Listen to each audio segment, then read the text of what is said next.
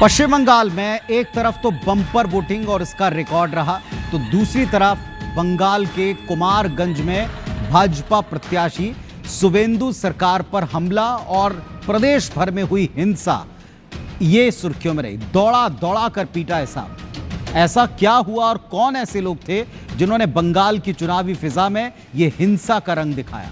देखिए रिपोर्ट।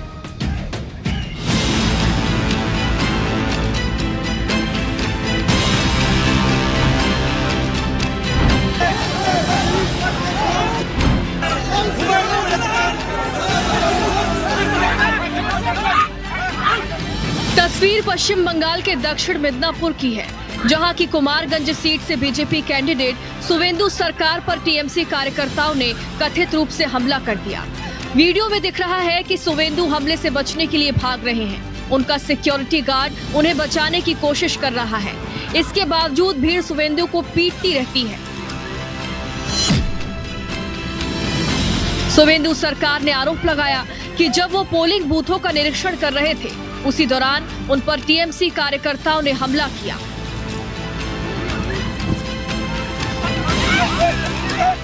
कुमारगंज विधानसभा इलाका में चालू 900 ग्राम ऐसे नाम को कोई कई जगह है, अंचल है, जहां शायद 8-10 बूथों में हम लोगों का जो पोलिंग एजेंट है उनको बाहर किया गया था, लेकिन मैं खुद आके इन लोगों को अंदर घुसाया।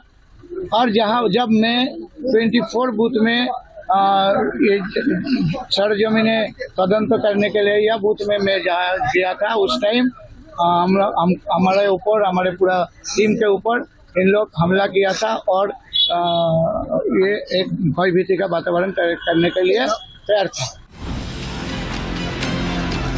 हिंसा, तोड़फोड़ और बवाल की कुछ ऐसी ही तस्वीर मतदान के दौरान मुर्शिदाबाद में भी देखने को मिली, जहां बीजेपी और टीएमसी कार्यकर्ताओं के बीच झड़प हो गई। दोनों पक्षों की ओर से लाठी, डंडों और पथराव कर हमला बोला गया।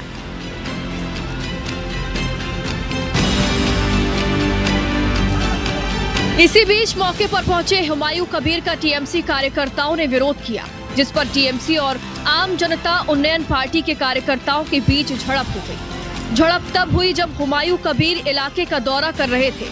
हुमायूं कबीर ने आरोप लगाया कि पुलिस ने उनके समर्थकों के साथ मारपीट की और वो चुनाव आयोग से इसकी शिकायत भी करेंगे।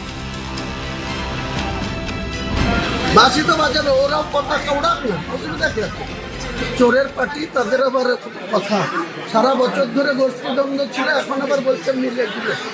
নওদার মানুষ রিজেক্ট করে দিয়েছে। आसनसोल दक्षिण विधानसभा क्षेत्र से बीजेपी उम्मीदवार अग्निमित्रा पॉल की कार बर्नपुर के रहमत नगर इलाके में क्षतिग्रस्त कर दी गई। उन्होंने टीएमसी कार्यकर्ताओं पर इसका आरोप लगाया, तो कूच विहार में भी बीजेपी और टीएमसी समर्थक आमने सामने आ गए, जिससे स्थिति तनावपूर्ण हो गई। प्रशासन ने हालात काबू में करने के लिए सुरक्षा बढ़ा दी है और संवेदनशील इलाकों में अतिरिक्त बल तैनात किया गया।